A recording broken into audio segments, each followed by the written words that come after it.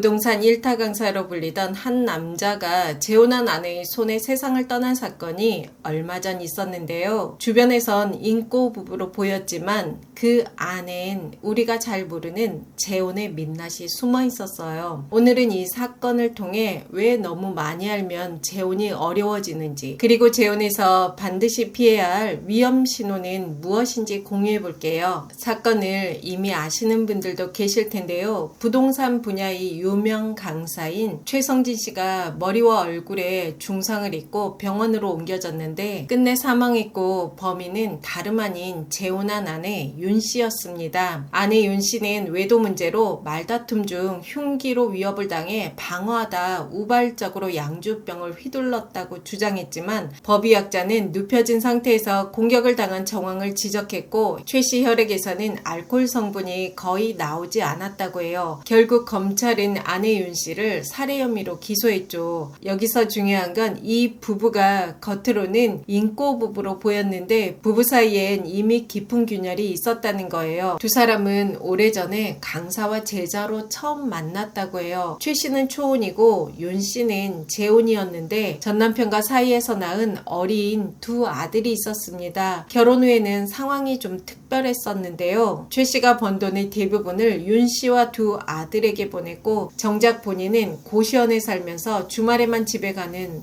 주말 부부 생활을 했다고 해요. 그래서였는지 최 씨는 주변에 종종 이런 이야기를 했다고 합니다. 나는 집안 서열 꼴찌다. 집에 가면 강아지만 나를 반겨준다. 그러다 지난해 최 씨가 큰 병으로 수술을 받게 되었는데요. 그 일을 계기로 이제는 나를 위해 살아야겠다는 생각을 하게 된 겁니다. 그래서 윤 씨에게 이렇게 말했죠. 여보, 난 너무 불쌍해. 난 돈 버는 기계야. 이러다 죽으면 끝이잖아. 맨날 일만 하니까. 나한테 짜증이 나고 놀아본 적도 없어. 4억 전세금만 해줘. 나머지는 다 줄게. 나도 편하게 살자. 하지만 윤 씨는 아무 대답도 하지 않았습니다. 그 후 최 씨는 헬스장 이용권도 끊고 오피스텔로 거처를 옮기며 새 삶을 준비했어요. 새 출발을 다짐한 지 불과 일주일 만에 아내 윤 씨에게 살해당하고 말았습니다. 이런 사건을 듣고 나면 내 주변에 재혼한 부부들은 다들 인고 부부로 너무 잘 산다. 그래서 나도 재혼하고 싶다. 이렇게 말하는 분들이 종종 계신데요. 물론 진짜 인고 부부로 잘 사는 경우도 있습니다. 그런데 그렇지 않은 경우도 꽤 많아요. 왜 그럴까요? 세 가지 이유가 있는데요. 첫 번째는 사회적 체면 때문이에요. 초혼보다 재혼 부부의 갈등은 밖으로 잘 드러나지 않아요. 재혼 후의 갈등을 공개적으로 이야기하면 주변에서 역시 재혼은 힘들다 이런 평가를 받을 수 있다는 두려움이 있거든요. 두 번째는 실패했다는 낙인을 피하려는 마음인데요. 이미 결혼 생활이 한 번 깨진 경험이 있으니 또 실패했다는 꼬리표가 붙는 게 부담스러운 거죠. 세 번째는 자기 합리화입니다. 심리학에서는 인지 부조화라고 하는데요. 내가 한 선택을 후회하지 않으려고 겉으로는 평온하게 보이려는 겁니다. 그래서 겉으로 보기엔 아무 문제 없는 부부 같지만 속에서는 갈등이 계속 쌓이고 어느 순간 한 번에 터지는 경우가 많더라고요. 물론 모든 재혼 부부가 이런 건 아니죠. 하지만 현실적으로 재혼을 원하는 여성 중에는 경제적 정서적 기반을 유지하려는 심리가 강한 경우가 많습니다. 특히 미성년 자녀가 있으면 그 경향이 더 강해지더라고요. 윤 씨 입장에서는 지금의 결혼 생활이 유지되는 한 내 생활과 아이들의 환경은 안전하다는 무의식적 믿음이 있었을 거예요. 그런데 최 씨가 이혼을 요구하고 실제로 집을 나가버렸으니 삶 전체를 뒤흔드는 위협으로 다가왔겠죠. 그 상실감과 공포, 불안이 극단적인 행동으로 이어졌을 가능성이 큰 것으로 보여요. 예전에 제가 재혼 시장에 괜찮은 여자가 없다라는 영상을 올린 적이 있었는데요. 정말 많은 댓글이 달렸습니다. 공감한다는 댓글도 있었지만 여자의 적은 여자다. 괜찮은 여자의 기준이 뭐냐? 좀 씁쓸하다 이런 의견도 있었어요. 여러분, 제가 왜 여성들을 적으로 삼겠습니까? 저는 누구보다 여성들의 마음을 잘 알고 또 여성들이 행복하게 살아가길 진심으로 바라는 사람이에요. 물론 여러분들이 듣기 좋은 말만 할 수도 있죠. 하지만 그건 여러분들에게 전혀 도움이 안 됩니다. 저는 현실을 그대로 이야기하고 싶어요. 왜냐하면 진짜 상황을 알아야 여러분이 더 나은 선택을 할 수 있고 있고 그래야 결국 더 행복하게 살 수 있다고 생각하거든요. 여기서 말하는 괜찮은 여자는 외모나 조건이 아니라 자기 삶의 주도권을 가진 사람이에요. 경제적으로 자립하고 정서적으로 안정되어 있으며 관계 안팎에서는 자기 선택을 할 수 있는 힘이 있는 사람. 만약 윤 씨가 경제적 정서적으로 독립된 사람이었다면 최 씨가 이혼을 요구했을 때 이렇게 극단적인 결말까지는 가지 않았을 가능성이 높죠. 남편이 사라져도 내 삶이 유지되는 구조라면 위기 상황에서도 더 합리적인 선택을 할 수 있거든요. 결혼은 아무것도 모를 때 해야 한다는 말이 있잖아요. 왜 그런 말이 나왔나 생각해보면 결혼이라는 게 가치관, 돈 문제, 가족관계 정말 변수도 많고 복잡하거든요. 초혼일 때는 이런 현실적인 문제보다 기대와 설렘이 더 크니까 한번 해보자 하는 모험심이 생길 수 있어요. 하지만 나이가 들고 연애와 결혼 경험이 쌓이면 리스크 평가 능력이 올라가죠. 재혼을 통해 얻을 것보다 잃을 가능성, 불편함, 갈등의 위험이 더 선명하게 보이는 게 일반적이에요. 초혼보다 재혼이 여러 가지로 난이도가 높다는 건 다들 아실 겁니다. 그래서 이미 안정된 여성은 굳이 재혼을 서두르지 않고 재혼이 가져올 생활 변화와 위험을 꼼꼼하게 따져보는 경우가 많아요. 그래서 남녀 모두 괜찮은 사람 찾기가 어려운 이유일 수도 있죠. 재혼에서 갈등을 겪거나 결국 재이혼한 분들이 이런 말 정말 많이 하는데요. 재혼이 이렇게 힘든 줄 몰랐다. 알았으면 안 했을 것 같다. 여러분, 재혼을 하더라도 재혼의 현실을 정확하게 알고 해야 불행을 막을 수 있습니다. 기대와 설렘만 가지고 하면 현실이 생각보다 훨씬 더 힘들 수 있다는 거 꼭 기억해야 해요. 저는 재혼을 절대 하면 안 된다고 생각하는 사람이 아니에요.